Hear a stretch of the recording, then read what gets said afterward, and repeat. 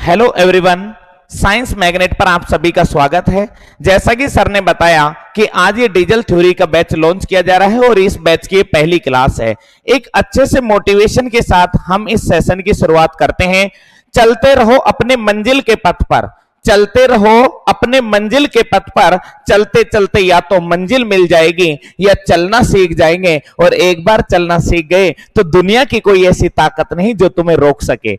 इस कोर्स में मैं आपको वादा दिलाता हूं, जीरो से लेकर टॉप लेवल तक के हर एक क्वेश्चन को डीजल थ्योरी के को कराया जाएगा, वो भी बाइलिंगुअल, दोनों भाषाओं में आपको बताया जाएगा। सबसे पहले मैं शुरुआत करता हूं एक इसका सिलेबस जो है उसके बारे में कि डीजल थ्योरी में आपको क्या पढ़ाया जाएगा, क्या इसका सिलेबस होने वाला है, पहले उसको देखते हैं। डीजल थ्योरी में सबसे पहले आता है इंट्रोडक्शन ऑफ इंजन, यानी इंजन का वर्गीकरण कि इंजन में क्या क्या पार्ट्स होते हैं, इंजन को किस तरह से डिफाइन किया गया है। तो सबसे पहले हम आपको बताएंगे कि इंजन होता क्या है।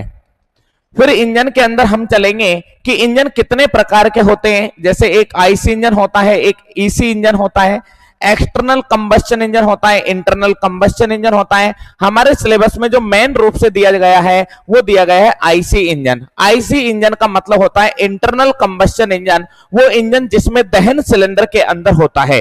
और ये जो आईसी इंजन है इसको हम पूरा डिटेल से पढ़ने वाले हैं बेटा। कितने इंजन होते हैं, 2 stroke engine, 4 stroke engine, 2 stroke engine किस साइकिल पर वर्क करता है, कैसे करता है, इस इंजन के अंदर कौन कौन से पार्ट्स होते हैं, इनका वाल्व टाइमिंग डायग्राम या क्रैंक टाइमिंग डायग्राम क्या होता है।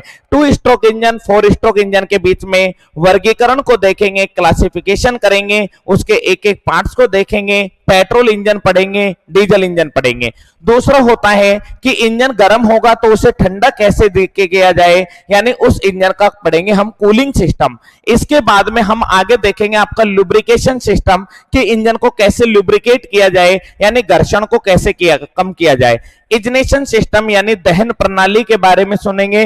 ये इग्निशन सिस्टम के अंदर क्या आता है, जैसे आप लोगों का पेट्रोल इंजन है तो पेट्रोल इंजन में हम लोग यूज लेते हैं स्पार्क प्लग, और डीजल इंजन जो होता है उसमें यूज लेते हैं फ्यूल इंजेक्टर। इसके बाद में फ्यूल यूज लेंगे, कौन सा फ्यूल यूज लेते हैं, जैसे पेट्रोल यूज लेते हैं, डीजल यूज लेते हैं, गैस यूज लेते हैं, किस तरह का इंजन के अंदर फ्यूल यूज लेते हैं और फ्यूल की क्वालिटी को किससे प्रदर्शित किया जाएगा, ऑक्टेन नंबर क्या होते हैं, सीटेन नंबर क्या होते हैं, इन सभी नंबरों के बारे में चर्चा की जाएगी। आगे चलते हैं। आगे हमारा आता है बेटा क्लच। क्लच क्या होता है, किस तरह से काम करता है। क्लच के बाद में गियर बॉक्स के बाद propeller shaft, universal joint, differential and rear axles वगैरह हैं। इसके बाद में व्हील, टायर, सस्पेंशन सिस्टम जैसे स्प्रिंग होता है, शॉक एब्जॉर्बर होता है, स्टीयरिंग सिस्टम, स्टीयरिंग के कौन कौन से मैकेनिज्म काम आते हैं। और फिर आते हैं प्रिसिशन उपकरण, यानी माइक्रो मैनोमीटर टाइप से लिमिट फिट टॉलरेंस, और इस लिमिट फिट टॉलरेंस के लिए कौन कौन सी गेज काम आएगी, स्लिप गेज क्या होती है, स्नैप गेज क्या होती है, मार्किंग करने के लिए कौन कौन से टूल यूज लेते हैं, स्क्रू थ्रेड कौन कौन से होती है, कटिंग टूल कौन से होते हैं, वेल्डिंग किस तरह से करते हैं, और इसके बाद में आपकी सेफ्टी और हेल्थ इश्यूज का किस तरह से ध्यान रखा जाता है जब आप एक डीजल थ्योरी यानी एक वर्कशॉप के अंदर काम करते हो। सबसे पहले मैं शुरुआत करता हूं आपके इंजन की।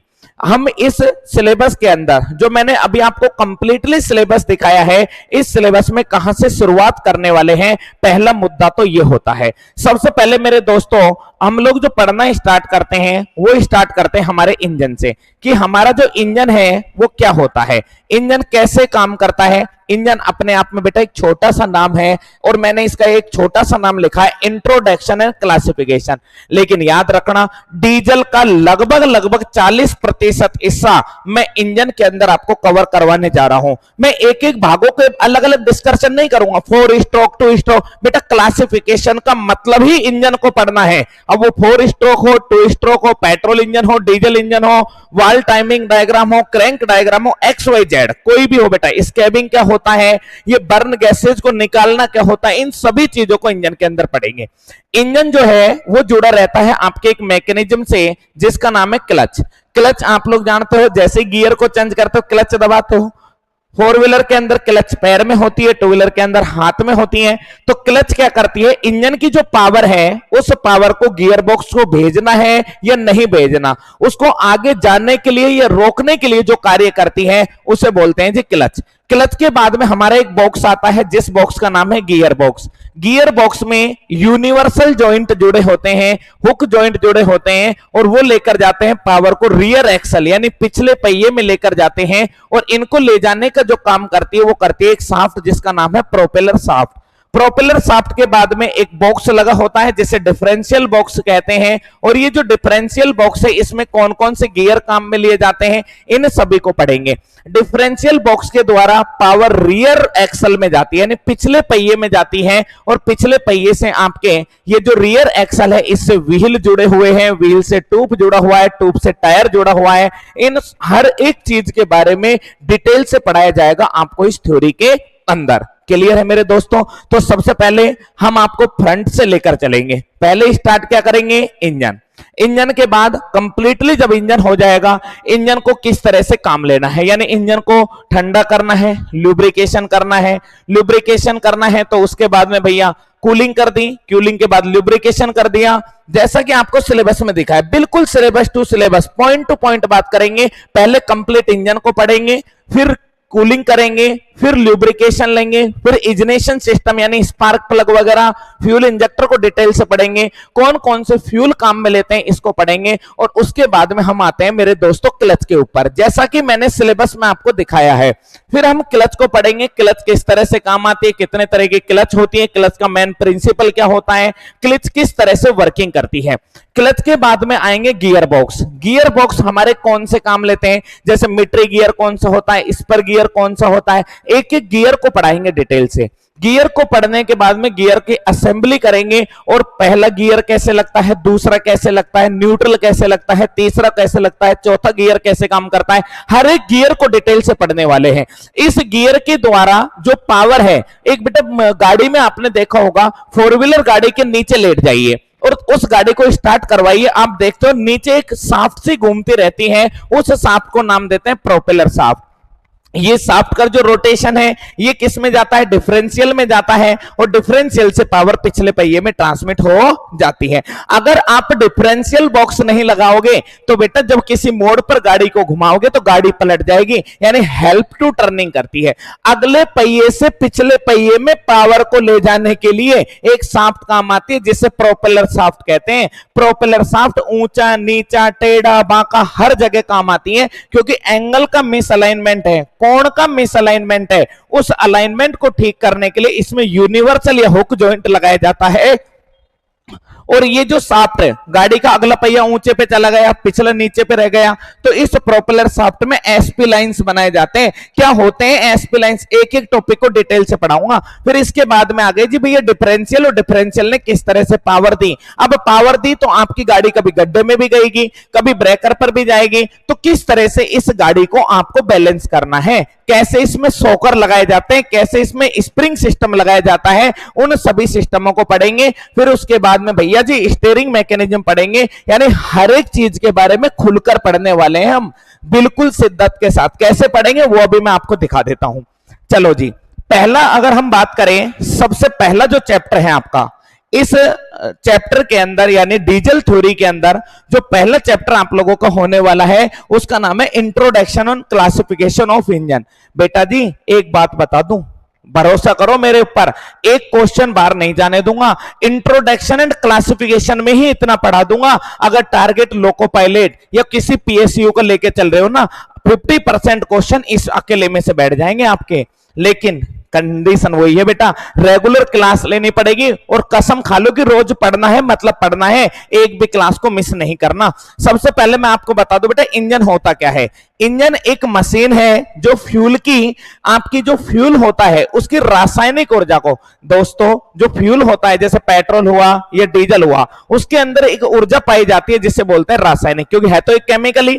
तो रासायनिक ऊर्जा को सबसे पहले कौन सी ऊर्जा में बदलता है, ऊष्मीय ऊर्जा में, यानी फ्यूल को जलाया जाता है और फ्यूल को जलाने के बाद इससे प्राप्त होती है कौन सी ऊर्जा? यांत्रिक ऊर्जा। तो भैया ऊष्मीय ऊर्जा को यांत्रिक ऊर्जा में बदलने के लिए जिस डिवाइस को काम लिया जाता है, जिस इंजन को काम लिया जाता है, उसी इंजन को हीट इंजन के नाम से जाना जाता है। दो स्टेटमेंट होते हैं, एक होता है केल्विन प्लैंक का और एक होता है क्लासियस स्टेटमेंट। आप लोगों ने अगर थोड़ा बहुत कभी इस थ्योरी के बारे में चर्चा की हो तो मैं आपको बता दूं बेटा, थर्मोडायनेमिक्स यानी ऊष्मागतिकी के दो नियम होते हैं। थर्मोडायनेमिक के दो नियम होते हैं, एक नियम होता है आप लोगों का केल्विन प्लैंक का स्टेटमेंट और दूसरा होता है क्लासियस का स्टेटमेंट। जो केल्विन प्लैंक का स्टेटमेंट है, इस स्टेटमेंट से निकल के आता है हीट इंजन और क्लासियस स्टेटमेंट से निकल के आता है आपका रेफ्रिजरेशन, RAC। तो भैया चर्चा ज्यादा समय को खराब ना करते हुए टॉपिक पर आता हूं। मैं कह रहा हूं कि हीट इंजन क्या होता है? Engine is a machine that convert the thermal energy of fuel into mechanical energy. यानी एक छोटे से शब्द में समझें तो फ्यूल की रासायनिक ऊर्जा को ऊष्मीय ऊर्जा में कन्वर्ट करता है और ऊष्मा से मैकेनिकल एनर्जी आप लोगों को मिल जाती है।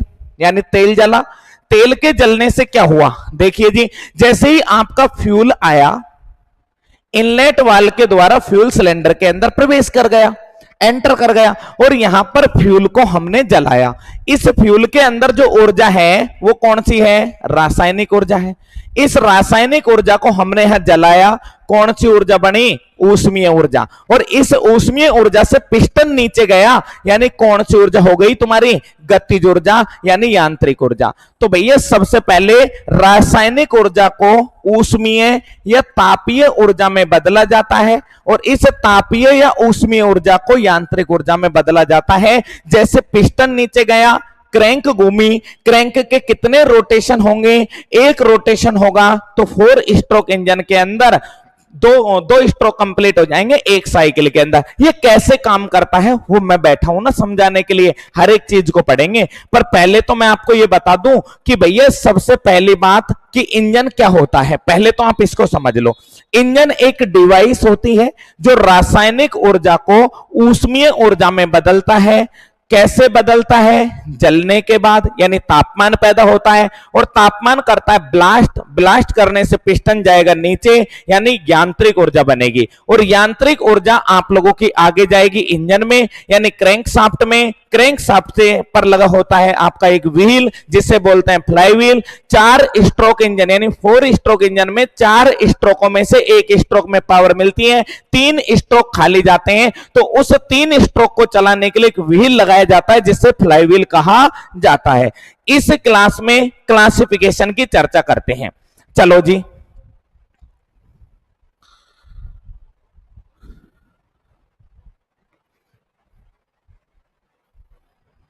अब आता है आपका हीट इंजन। ये इंजन होते कितने तरह के हैं? इंजनों को मुख्य रूप से 2 भागों में बांटा गया है।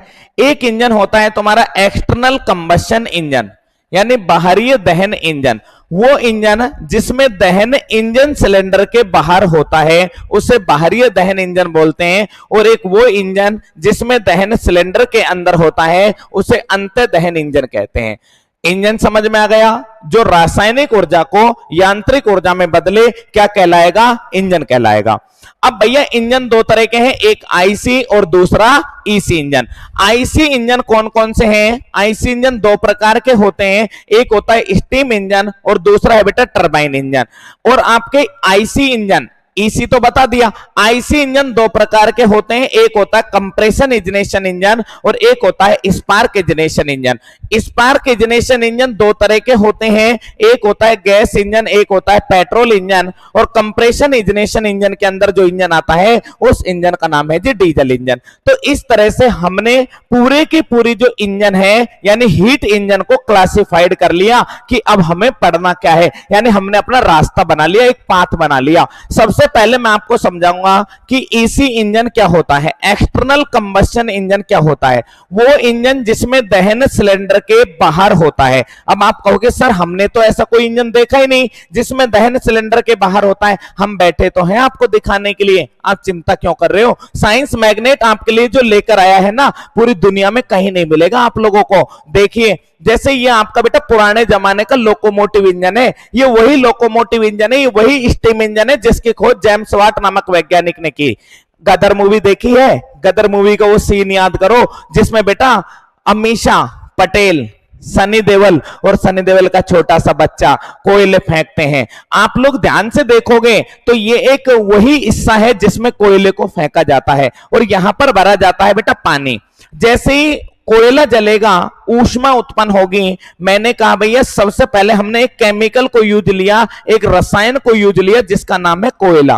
कोयले में कौन सी ऊर्जा होती है? रासायनिक। जब कोयला जलाया, कोयले से मिली हमें ऊष्मा और इस ऊष्मा से हमने पिस्टन को चलाया, यानी कौन सी ऊर्जा मिली? यांत्रिक ऊर्जा। बस इतना सा खेल है। चाहे इंजन एसी हो चाहे आईसी हो, इंजन का काम यही होता है। अब हमने देखा कि इसमें जैसे ही कोयला डाला तो पानी गर्म हुआ, पानी गर्म हुआ तो पानी से भाप बनी। और आप लोग रोज देखते हो बेटा प्रेशर कुकर में बेटा भाप जाती कहां है? स्टीम जाती कहां है? ऊपर, क्योंकि भाप हल्की होती है और हल्की होने के कारण कहां जाएगी? ऊपर की तरफ जाएगी। और जैसे ही स्टीम ऊपर जाएगी, ये बेटा इसमें water tube and fire tube, दो तरह की ट्यूबों का प्रयोग किया जाता है। उन ट्यूबों के द्वारा स्टीम चली गई तुम्हारे कहां पर? पिस्टन में। पिस्टन को स्टीम ने आगे की तरफ धकेला और इससे एक रोड जुड़ी हुई है जिसका नाम है क्रैंक शाफ्ट। क्रैंक शाफ्ट ने तुम्हारे इसको पहिए को यानी व्हील को घुमाया और व्हील को घुमाने से बेटा पहिए ने क्या किया? रोटेशन किया। जैसे ही पहिया तुम्हारा घूमने लगा बेटा, एक बार घूमा और घूमा, दोबारा पावर आएगी, दोबारा पिस्टन आगे जाएगा। हर बार पिस्टन, ये बेटा पिस्टन को पीछे धकेला, अब पहिया पिस्टन को वापस आगे धकेलेगा, फिर दोबारा स्टीम आएगी, फिर पहिए को पीछे धकेलेगी। जितना कोयला डालोगे उतनी तेजी से इंजन चलने लग जाएगा। इस इंजन को नाम देते हैं स्टीम इंजन। गदर मूवी का वो सीन याद कर लो। अब तो बहुत समय बदल गया है। उस जमाने में जब बेटा कोयले की ट्रेन चलती थी, दो तो लोको पायलट होते थे, एक असिस्टेंट तो दूसरा लोको पायलट, और दो भैया कोयले डालने वाले हुआ करते थे। भर्ती आती थी 4 कैंडिडेटों की, 2 ग्रुप डी वाले एक्स्ट्रा भरते थे। अब तो वो ग्रुप डी के पद ही खाली कर दिए, क्योंकि ना तो कोयला रहा ना ही बेटा तुम्हारी ये ट्रेनें रही। तो धीरे धीरे करके कितने हो गए? 2 लोको पायलट हो गए, एक असिस्टेंट और एक अपना नॉर्मल। ये होता है तुम्हारा कौन सा इंजन? इसी इंजन। यानी इस इंजन के अंदर, इसे हिंदी में बोलते हैं बाह्य दहन इंजन। इस इंजन में दहन सिलेंडर के कहां होता है? बाहर, इसलिए इसे एक्सटर्नल कंबशन इंजन भी कहा जाता है। सिलेंडर के बाहर होगा तो एक्सटर्नल कंबशन, सिलेंडर के अंदर होता तो अंतः दहन इंजन। अब दूसरा इंजन होता है जी अंतः दहन इंजन। अंतः दहन इंजन को नाम देते हैं इंटरनल कंबशन इंजन, यानी शॉर्टकट में बोले तो आईसी इंजन। आईसी इंजन में क्या होता है? कोई ऐसा मैकेनिज्म नहीं होता कोयले वोयले डालने का। जैसा कि आपकी एक मोटरसाइकिल में आपने लगा दी एक टंकी, टंकी में गुरुत्व प्रभाव के कारण यानी गुरुत्वाकर्षण के कारण तेल कहां आ रहा है? नीचे आ रहा है। टंकी से तेल आया, यहां पर एक लगा हुआ है कार्बोरेटर, कार्बोरेटर में एयर प्लस पेट्रोल की हो गई क्या? मिक्सिंग पेट्रोल इंजन में, और इस मिक्स हुए को इनलेट वाल्व के द्वारा छोड़ा जाता है सिलेंडर के अंदर। जैसे ही सिलेंडर के अंदर जाएगा, एयर और फ्यूल का मिक्सचर पावर स्ट्रोक के दौरान यहां पर जलाया जाता है।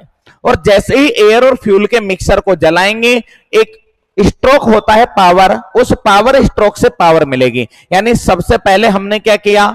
एक रासायनिक ऊर्जा थी, रासायनिक ऊर्जा को ऊष्मा में बदला यानी हीट में बदला, और इस ऊष्मा ऊर्जा को हमने बदला यांत्रिक ऊर्जा में। लेकिन मित्रों, इसके अंदर दहन जो है वो सिलेंडर के अंदर होता है, इसी कारण इसे अंतः दहन इंजन बोलते हैं। इसमें दहन सिलेंडर के बाहर होता है, इसी कारण इसे बाहरी दहन इंजन कहते हैं। क्लियर है? इंजन कितने प्रकार के? 2 प्रकार के। भैया जी आगे चलते हैं। हमने आपको इंजन का क्लासिफिकेशन बताया, एक्सटर्नल कंबशन और इंटरनल कंबशन। बाह्य दहन इंजन और अंतः दहन इंजन, ये होता है बाहरी दहन और इसे बोलते हैं अंतः दहन। सिलेंडर के अंदर हो तो अंतः दहन, बाहर हो तो बाहरी दहन। बस इतना सा याद रख लेना। अब ये इंजन कौन सा है? स्टीम इंजन, जो अभी मैंने आपको ट्रेन वाला बताया। एक टरबाइन इंजन होता है जिसे पहले इंडस्ट्रीज में यूज लिया जाता था। अगले आईसी इंजन। आईसी इंजन 2 प्रकार के होते हैं। एक इंजन होता है तुम्हारा कौन सा? Spark ignition engine, spark ignition engine. Spark ignition engine क्या होता है? वो इंजन जिसमें स्पार्किंग की जाए। अब आपके दिमाग में क्वेश्चन आएगा, सर स्पार्क इग्निशन इंजन को तो शॉर्टकट में ऐसा इंजन कहते हैं। भाई बिल्कुल कहते हैं, और ऐसा ही इंजन को ही नाम देते हैं बेटा पेट्रोल इंजन। कौन सा? पेट्रोल या गैस इंजन, जो कि अभी मैंने आपको यहां पर लिखा हुआ भी है। देखो जी, ऐसा इंजन यानी जिसमें स्पार्किंग होती है। स्पार्किंग कौन से इंजन में होती है? या तो गैस के इंजन में या तुम्हारे पेट्रोल के इंजन में। पेट्रोल के इंजन को गैस के इंजन में कन्वर्ट कर सकते हैं। एलपीजी फिटेड जो गाड़ी आ रही है वो तुम्हारी बेटा पेट्रोल वाली आती है, डीजल वाली? बताइए कौन सी आती है? आती है ना पेट्रोल वाली। तो बेटा पेट्रोल वाली में होती है स्पार्किंग, और स्पार्किंग के लिए लगाया जाता है स्पार्क प्लग। तो पेट्रोल वाली और गैस वाली जो गाड़ियां होती हैं उनमें स्पार्किंग होती है, इसलिए इन्हें स्पार्क इग्निशन या ऐसा इंजन कहा जाता है। आगे मैं आप लोगों के लिए जो टर्म्स यूज लूंगा वो यूज लूंगा ऐसा इंजन। आप सीधे से समझ जाना, ऐसा ही मतलब स्पार्क इग्निशन, स्पार्क इग्निशन मतलब या तो पेट्रोल या गैस का इंजन। दूसरे होते हैं compression ignition engine. Compression ignition engine वो इंजन होता है जिसमें कंप्रेशन किया जाता है, यानी इसमें बेटा इनलेट वाल्व के द्वारा केवल और केवल एयर आएगी, पेट्रोल नहीं आता। और पेट्रोल नहीं आता तो एयर को कंप्रेस करते हैं लगभग 33 बार प्रेशर तक, और उसका टेम्परेचर कर देते हैं लगभग 600 डिग्री सेल्सियस। और उस टेम्परेचर और प्रेशर के कारण आप लोगों का बेटा डीजल इंजन जो होता है उस फ्यूल को जलाता है, क्योंकि 600 डिग्री सेल्सियस और 33 बार के प्रेशर पर यदि आप हवा को गर्म करोगे तो ऊपर से बेटा जैसे ही फ्यूल इंजेक्टर या नोजल के द्वारा एयर को डीजल को छोड़ोगे तो डीजल को छोड़ते तुरंत उसमें ब्लास्ट होगा, यानी इसमें कंप्रेस करके ईंधन को जलाया जाता है। इसी कारण से कंप्रेशन इग्निशन इंजन कहा जाता है। सीधे से शब्दों में दो चीजें हुई। पहला हमने क्या पढ़ा? इंजन। इंजन क्या होता है? जो रासायनिक ऊर्जा को ऊष्मा ऊर्जा में बदले और ऊष्मा ऊर्जा को यांत्रिक ऊर्जा में बदले। इंजन कितने तरह के होते हैं? दो तरह के। एक होता है कौन सा? एक्सटर्नल कंबस्शन, दूसरा इंटरनल कंबस्शन। वर्तमान समय में एक्सटर्नल कंबस्शन इंजन यानी बाहरी दहन इंजन को काम नहीं लिया जाता। सबसे ज्यादा वर्तमान में जो इंजन काम आ रहा है वो कौन सा आता है? IC engine. और अपना जो इस ट्रेड को पढ़ने का उद्देश्य है वो भी आईसी इंजन ही है। आईसी इंजन को फिर दो भागों में बांटा, एक था स्पार्क इग्निशन इंजन और दूसरा था compression ignition engine. Spark ignition engine में स्पार्क प्लग लगा होता है, और स्पार्क प्लग कौन से इंजन में होता है? या तो पेट्रोल इंजन में होता है या गैस इंजन में होता है, जो कि एलपीजी और सीएनजी वाले हैं। दूसरा कंप्रेशन इग्निशन इंजन होता है। कंप्रेशन इग्निशन इंजन के अंदर जो इंजन आता है वो कौन सा है? डीजल इंजन है। एक एक चीज को डिटेल से पढ़ेंगे, केवल क्लासिफिकेशन बता रहा हूं यहां पर मैं आपको। यहां पर मैंने दो डायग्रामों के द्वारा आप लोगों को दोनों इंजनों के बारे में बताया। इस इंजन के अंदर दहन होता है, इसलिए इसे अंतर दहन यानी इंटरनल कंबस्शन इंजन बोलते हैं। इसमें ये वाला जो सिलेंडर है ना भाई, ये वाला सिलेंडर, इसके अंदर कुछ भी नहीं हो रहा, पूरा का पूरा दहन सिलेंडर के बाहर हो रहा है। इसी कारण से बाहरी दहन इंजन कहा जाता है। तो इंजन कितने तरह के? दो तरह के, अंतर दहन और बाहरी दहन। चलो जी, अब क्वेश्चन आते हैं छोटे मोटे से कि भैया आईसी इंजन और ईसी इंजन में क्या अंतर होता है। जैसे इनमें दहन सिलेंडर के अंदर होता है, तो इसमें दहन सिलेंडर के क्या होता है? बाहर होता है। इनका आकार, आईसी इंजन बेटा छोटा सा है, मोटरसाइकिल का इंजन देखा है, और ट्रेन का इंजन देखो कितना बड़ा है, पुराने टाइम का स्टीम इंजन, कोयले डालने का ही लगभग माने तो बेटा काफी बड़ा क्षेत्र होता है, कमरे के बराबर का। इतने बड़े क्षेत्र में तो कोयले को डाला जाता है। इतना बढ़िया एरिया, इतना सा इंजन और उतना बड़ा इंजन, आप खुद अंदाजा लगा सकते हो। दूसरा, गैसों का working temperature and pressure high होता है। बेटा आईसी इंजन के अंदर उच्च दाब व उच्च तापमान पैदा होता है, जबकि ईसी इंजन में ऐसा कोई खेल नहीं होता, इनकी स्पीड इतनी होती नहीं थी।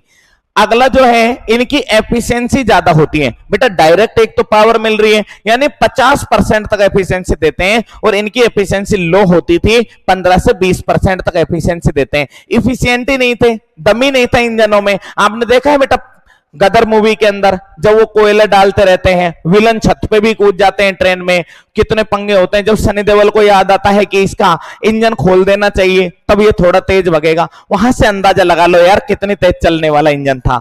इनका फ्यूल टैंक छोटा है, छोटा सा फ्यूल टैंक होता है, और इनका फ्यूल टैंक बड़ा होता है। मैंने कहा ना एक कमरे के बराबर का इसका फ्यूल टैंक होता था, और इनका फ्यूल टैंक, अपनी जो टंकी है बेटा टू व्हीलर या फोर व्हीलर की टंकी देख लो कितनी बड़ी होती है। इन्हें आसानी से वे जल्दी स्टार्ट व बंद किया जा सकता है, जबकि इन्हें स्टार्ट करना और रोकना बड़ा कठिन होता था। स्टार्ट होने में भी एक टाइम लेते थे और रुकने में भी टाइम लेते थे।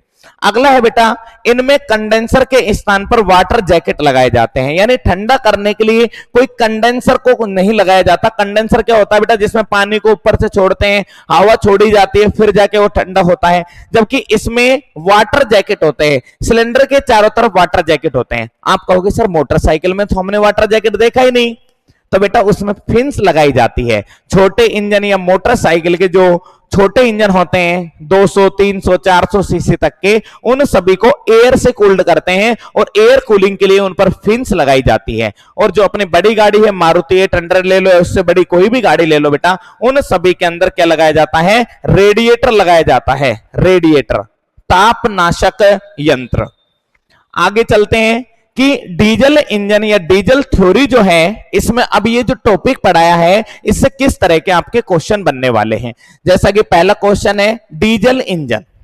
डीजल इंजन होता क्या है, ये कह रहा है कि it is a spark ignition engine. ये स्पार्क होता है क्या, नहीं भैया, स्पार्क इग्निशन इंजन तो हमारा पेट्रोल इंजन और गैस इंजन होता है। तो ये कंप्रेशन होता है क्या, हाँ जी, कंप्रेशन इग्निशन इंजन होता है, यानी डीजल इंजन को कंप्रेशन इग्निशन इंजन के नाम से जाना जाता है। इट इज एक्सटर्नल कंबशन, ना भैया कहां एक्सटर्नल कंबशन, मजाक कर रहे हो क्या, ईंधन के रूप में गैस हो, ना भैया गैस इंजन का मतलब ही तुम्हारा पेट्रोल इंजन है, यानी ऐसा इंजन है। बेटा ऐसे आपके नॉर्मल क्वेश्चन पूछे जाते हैं। प्रीवियस ईयर में लोको पायलट के आए हुए क्वेश्चन ही मैं आप लोगों के सामने लेकर आया हूं। अगले क्वेश्चन पर चलें, निम्न में से कौन सा एक्सटर्नल कंबस्शन इंजन का उदाहरण है, which is the following is a example of external combustion engine. भैया इसमें भी दहन सिलेंडर के अंदर होता है, इसमें भी अंदर होता है और इसमें भी अंदर होता है। ये दोनों तो भाई बंद है, इन्हीं को तो ऐसा इंजन बोलते हैं और इसको सीआई इंजन बोलते हैं। तो भैया कौन सा है, स्टीम लोकोमोटिव इंजन। इसमें दहन सिलेंडर के बाहर होता है, इसी कारण से एक्सटर्नल कंबस्शन इंजन के नाम से जाना जाता है। अगले क्वेश्चन पर चलें, तो एक एक्सटर्नल कंबस्शन इंजन, ध्यान से पढ़ो, जब एक इंटरनल कंबस्शन इंजन में ईंधन को जलाया जाता है तो उसमें स्टोर हुई केमिकल ऊर्जा को किस में बदलते हैं। हमने अभी तो आपको बताया था, जब एक इंटरनल कंबस्शन इंजन में फ्यूल को भेजा जाता है तो ये फ्यूल जलता है, तो कौन सी ऊर्जा मिलती है, तो आपको मिलती है बेटा इससे ऊष्मा ऊर्जा या ताप ऊर्जा। या तो ऊष्मा ऊर्जा मिलेगी या ताप ऊर्जा मिलेगी। तो यहां पर हमारे पास मैकेनिकल नहीं बेटा, पहले रासायनिक या केमिकल एनर्जी को ऊष्मा ऊर्जा में बदला जाता है या हीट एनर्जी में या तापीय ऊर्जा में, और फिर ये बदलती है तुम्हारी यांत्रिक ऊर्जा या मैकेनिकल एनर्जी में। तो भैया यहां पर है फ्यूल जलता है तो मैकेनिकल नहीं बेटा, केमिकल ऊर्जा किस ऊर्जा में बदलती है, हीट एनर्जी में बदलती है, इनमें नहीं बदलती, यानी ये हीट एनर्जी में बदलती है। केमिकल एनर्जी हीट एनर्जी में और हीट एनर्जी कन्वर्ट होती है मैकेनिकल एनर्जी में। क्लियर है ये बात, चलो जी अगले क्वेश्चन पर चलें।